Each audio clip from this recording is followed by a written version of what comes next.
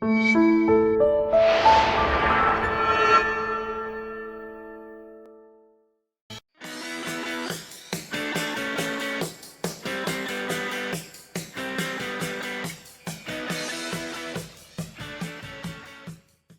everyone, welcome back to another review, and this time we're talking about Suicide Squad numbers 21 through 31, which is the next set of 11 issues in John Ostrander's original Suicide Squad run from 1987.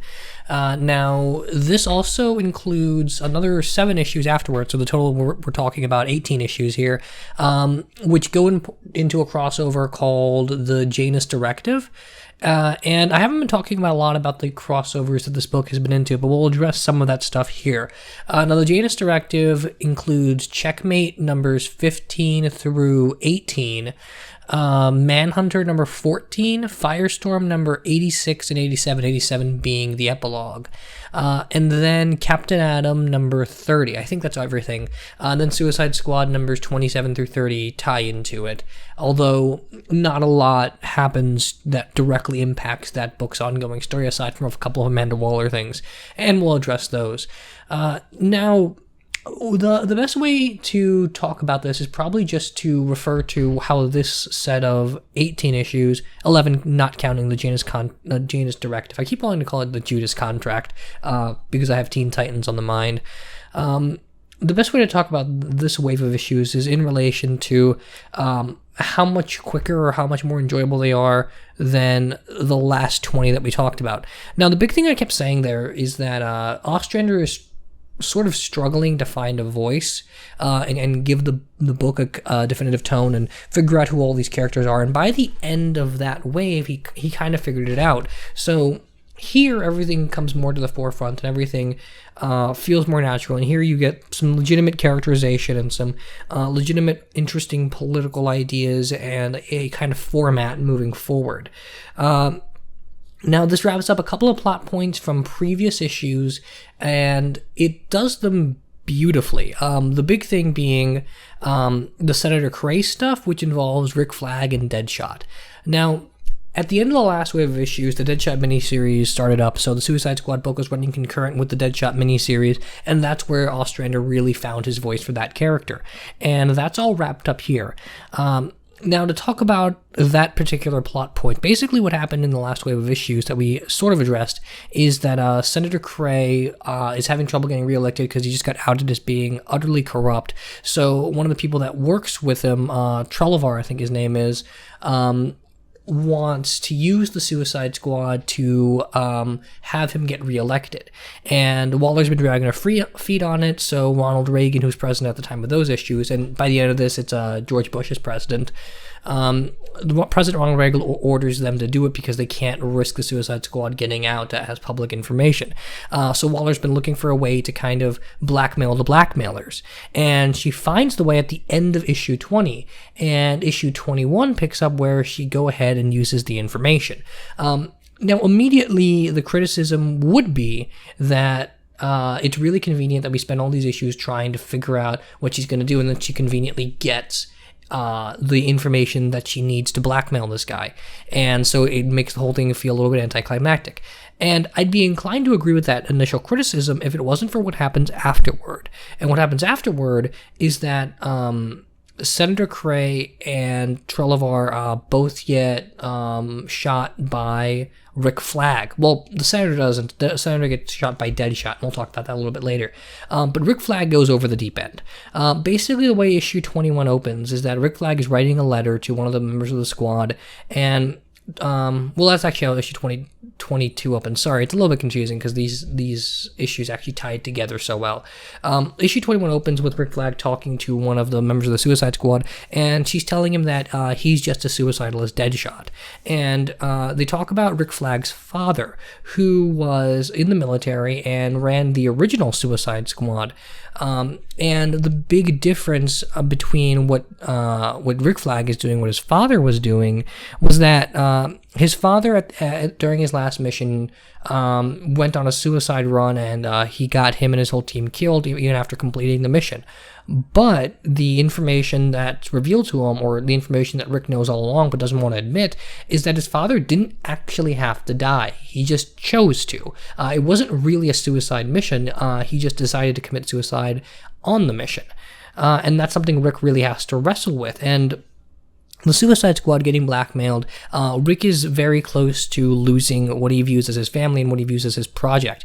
He's gone from this guy that really wanted to be a good person and wanted to be along the league of people he idolized, like Batman, but he got stuck with the Suicide Squad. So now he's doing the best he can to forge a new identity with them. And the closer he gets to it, the more he gets berated by Amanda Waller, and we'll talk about the Waller stuff as well. And the more the missions don't work, and the more things get closer to unraveling. And so Senator Cray revealing them would be the last straw. So he has to go out and kill both people that are trying to blackmail him. And so he kills the assistant that wants Senator Cray reelected.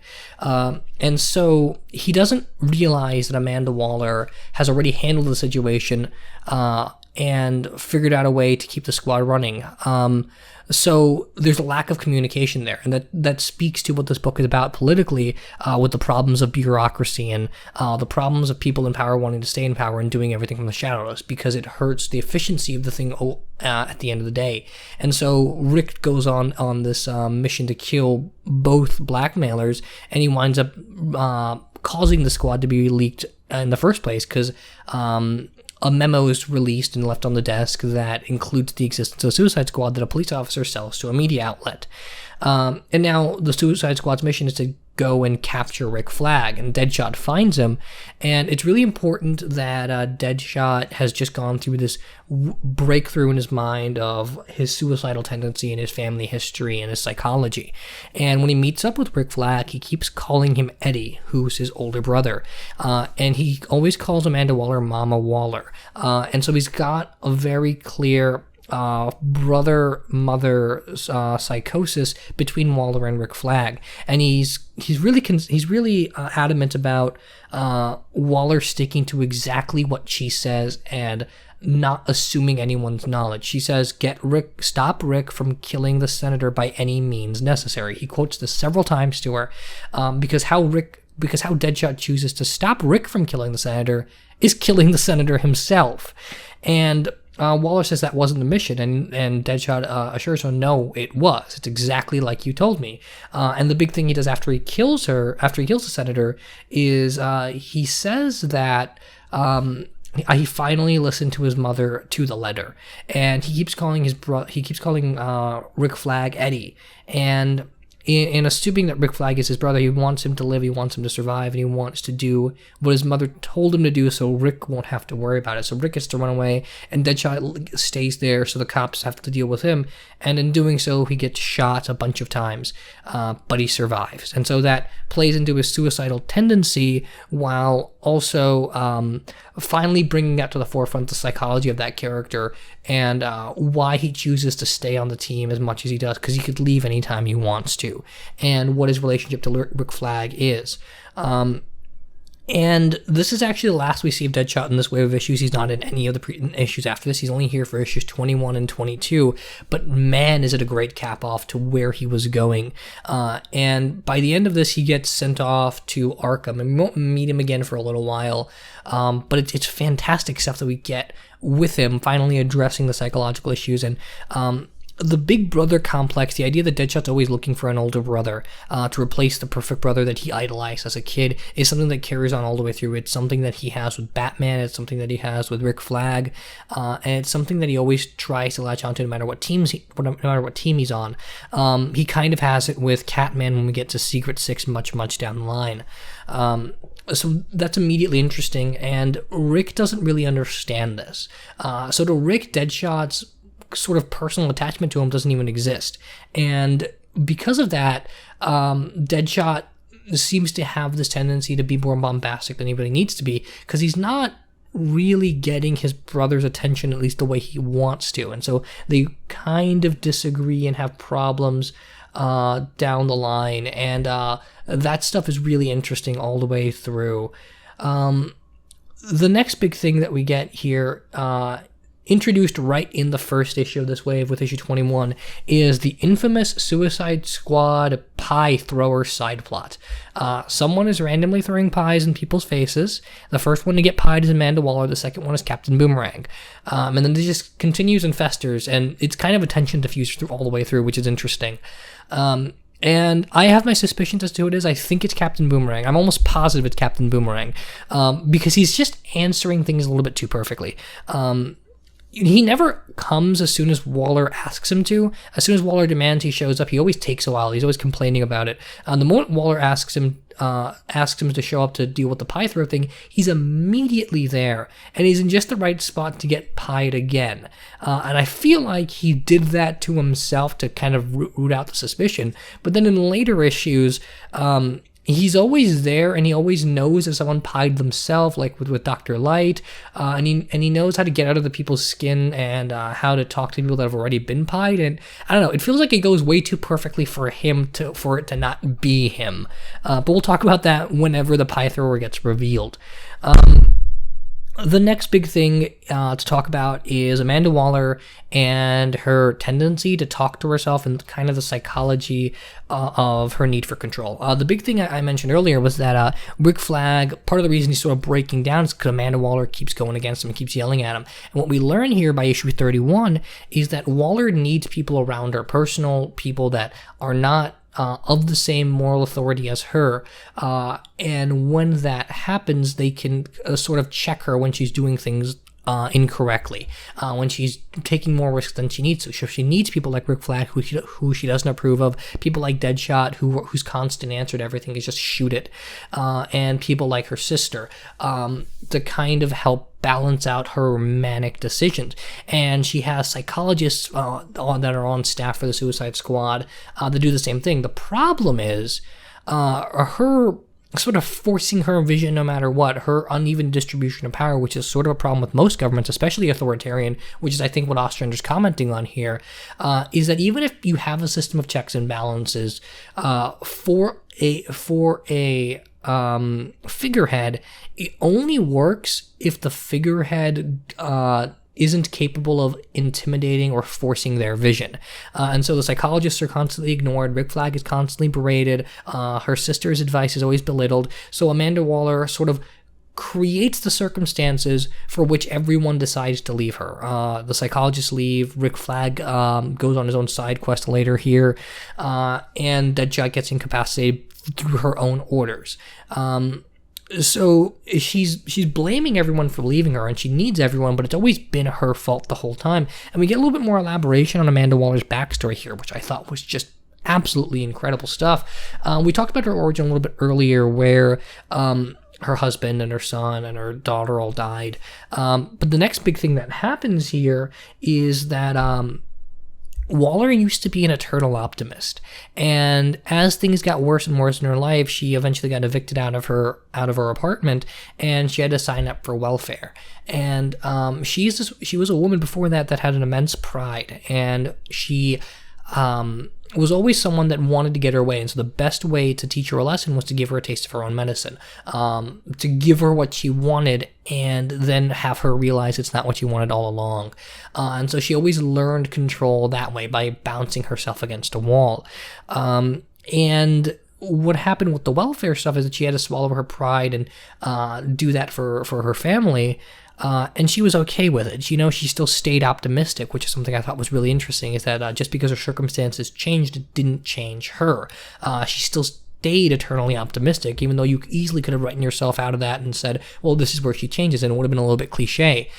No, what really changes her is that she hears people complain about menial jobs that she would love to have because she's so broke. She would hear people complain about welfare and how horrible of a thing it is, and how people need to pick themselves up. And she And she talks about how it's mostly white people, and it puts her into a corner, and she says, I didn't do this because I wanted to. I didn't do this because I was lazy. I didn't do this because I couldn't pick myself up. It's because the nature of things, the circumstances that I lived in, forced me into this. Not everyone has the ability to pick themselves up from their bootstraps, because it's not always possible. You can always be economically broken into a corner, and luck has quite a bit to deal with that. And so people pushing at her, telling her how awful she is for these things just because they're well off, and her having to swallow her pride and be somewhat more humble in these circumstances, is what finally forced her to crack and be this absolute authoritarian, controlling person, because she doesn't want to be in that situation anymore. She doesn't want to be in this place where she isn't able to defend herself because people don't understand what she's dealing with. She wants to make sure that her vision is always out there, and she always gets to act by herself, and that's what sets her up and puts her on a dangerous path, which is something that's best demonstrated with what happens to Rick Flagg. And I love that stuff. I thought that was ingeniously handled, and part of it's carried over into the Janus Directive, because what happens by the end of it is, well, the whole premise for that crossover is there's something called the Janus Directive, which is essentially a war between all of the U.S. espionage organizations, the Atom Project, Checkmate, the Suicide Squad, pretty much everyone available. And so they're constantly combating each other, and then we find out it's all the doing of Cobra. And so Amanda Waller knows this from the very beginning, and someone's been impersonating her from the very beginning, and so she still plays all the way along until they have one final assault that cripples a couple of these organizations. And even though they win because of Waller, her need to do everything by herself and maintain control of all this knowledge forces the president to demote her. And so she's no longer head of Task Force X. She's just ahead of the Suicide Squad, and I think it's Sergeant Steele, because they name a couple of characters that are from other books, and I don't read those other books, so I'm not positive on who they are. I only read them for the crossover. I think it's Sergeant Steele is the new head of everything, and so she has to answer to him, and so whatever he says that has to be done, she has to do, and the only way to get back control is to prove that she's a team player, and that's something she doesn't want to do. It puts her back in that sort of welfare mind state, which is immediately interesting. And that's really the only thing to come out of the Janus Directive. The biggest problem with that crossover for 7 issues is that it's so ridiculously padded. Well, it's actually 10 issues. I'm just saying 7 is the extra books that you have to read to get the full story. It's so exceptionally padded. If you want to read that story arc, just buy the Checkmate and Suicide Squad issues. That's all you need. You don't even need the epilogue. The Firestorm issues aren't bad because they're also written by Ostrander, and there's been some political, mission-related stuff here and there that tie in with each other. But you don't really need to read that stuff. The only thing that really matters from a plot standpoint is the Checkmate and Suicide Squad stuff. But the whole story is just really bad. It's so contrived. The whole thing just feels like an excuse to get a bunch of spies fighting each other. It's got weirdly done action scenes, and it's especially jarring when you read action scenes done by Ostrander, because the great thing about Ostrander's action sequences is that he doesn't have a whole bunch of narrations and dialogue in the action. He lets the action speak for itself. Characters talk, you develop their psychology, you develop the scenario, then there's a fight, and then they talk after the fight. You're able to pace that just well, because in real life you don't have time to like quip and comment on every little move you're about to do, or think about every little move in the middle of a battle. And so these other writers don't understand that, and so it makes it tougher to read. And Ostrander, I think, was a little bit ahead of his time in being able to write action that way. Now, the whole thing feels exceptionally padded. You don't need to read it, so I won't talk much about it. The only reason I'm titling this the Janus Directive and why I'm mentioning it all is because the Amanda Waller stuff gets more tied up in the political situation and political scheme that develops itself after the Janus Directive. That leads me to talk a little bit about Suicide Squad's first 2 years and the problems of crossovers. Because there's a crossover that I had to mention in the first wave of issues. There's crossovers that I had to mention with the JLI in the last wave of issues I did. There was an Invasion crossover at the beginning of this. There's the Janus Directive at the end of this. For these first 31 issues, there's crossovers all over the place. And it's really annoying, and you can really tell that none of them matter, and they're not really things Ostrander wanted to do. Now, I'm not positive about that. I'm not sure if Ostrander had any play or any idea where he wanted this stuff to go. But even if he did, it doesn't show. It shows as just a random 80s, 90s cash grab for issues. So I don't really enjoy any of them, and none of them are warranted. And the only reason to mention that they even exist is because every now and then there's a tiny plot element that carries over from them. Now the last thing I think I want to mention is... Well, actually, a couple more things. I'm looking at my notes here. A new fake leader is installed for the Suicide Squad. Basically, what happens is after the whole Rick Flagg, Deadshot Senator fiasco, Amanda Waller is called into some Senate subcommittee hearings about the nature of the Suicide Squad. And so the next couple missions they do are completely political and completely getting the public's opinion on their side, because after all of the publicity of killing the senator and his aide, the Suicide Squad has now been revealed. And so they stop an authoritarian government in Africa, and at the same time their approval ratings go up, and so Amanda Waller is able to keep the Suicide Squad as an active thing.